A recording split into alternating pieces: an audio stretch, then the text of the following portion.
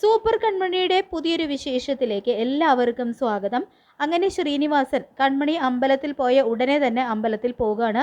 അവിടെ വെച്ച് ശ്രീനിവാസൻ കൺമണിയോട് വരുണിൻ്റെ അച്ഛനും വന്നിരുന്നു, ആഭരണം കൊടുക്കേണ്ട അവസരം വന്നാൽ എന്നൊക്കെ പറയുന്നുണ്ട് കേട്ടോ. പിന്നീട് ധനലക്ഷ്മിക്ക് ഇപ്പോഴത്തെ കൺമണിയുടെ മട്ടും ഭാവം ഒന്നും പിടിക്കുന്നില്ല.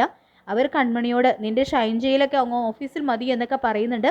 ഇത് കേട്ട് കൺമണിക്ക് ശരിക്കും ദേഷ്യം വരികയാണ് കേട്ടോ. തുടർന്ന് ധനലക്ഷ്മിയോട് തക്ക മറുപടി തന്നെ കൺമണി കൊടുക്കുന്നുണ്ട്. ശേഷം ധനലക്ഷ്മിയുടെ കൈ പിടിച്ച് തിരിച്ച് അവിടെ കിടന്നിരുന്ന ഒരു ടേബിളിലേക്ക് ഇങ്ങനെ ചേർത്ത് വെക്കുന്നുണ്ട് കേട്ടോ കൺമണി. ഇവരുടെ ഈ സംസാരമൊക്കെ ഭാമ ഒളിഞ്ഞു നിന്ന് കേൾക്കുന്നുണ്ട്. കൺമണി ചെയ്യുന്ന പ്രവൃത്തി കണ്ട് ശരിക്കും അന്തം വിടുകയാണ് കേട്ടോ ഭാമ. കാരണം കൺമണിയുടെ ഭാഗത്തു നിന്നും ഇങ്ങനെയൊന്നും ഒരു പ്രതികരണം ഉണ്ടാവുമെന്നൊന്നും ഭാമ ഒരിക്കലും പ്രതീക്ഷിക്കുന്നില്ല.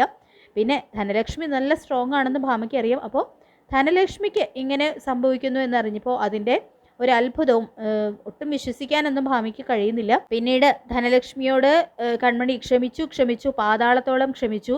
ഇതുവരെ നിങ്ങൾ കാണാൻ പോകുന്ന കൺമണിയല്ല ഇനി നിങ്ങൾ കാണാൻ പോകുന്നത് എന്നും ചുട്ട മറുപടി തന്നെ ധനലക്ഷ്മിയുടെ മുഖത്ത് നോക്കി തന്നെ കൺമണി തുറന്നടിക്കുന്നുണ്ട്.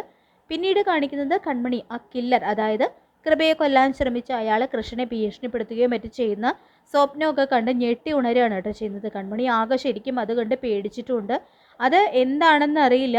എന്തായാലും കൺമണി കാണുന്ന സ്വപ്നമായതുകൊണ്ട് തന്നെ അത് ഫലിക്കാൻ തന്നെയാണ് സാധ്യത. അങ്ങനെ വന്നാൽ അത് ബലരാമൻ ആ ഗുണ്ടയെ പറഞ്ഞയച്ച് തന്നെ ആകാനാണ് കേട്ടോ സാധ്യത.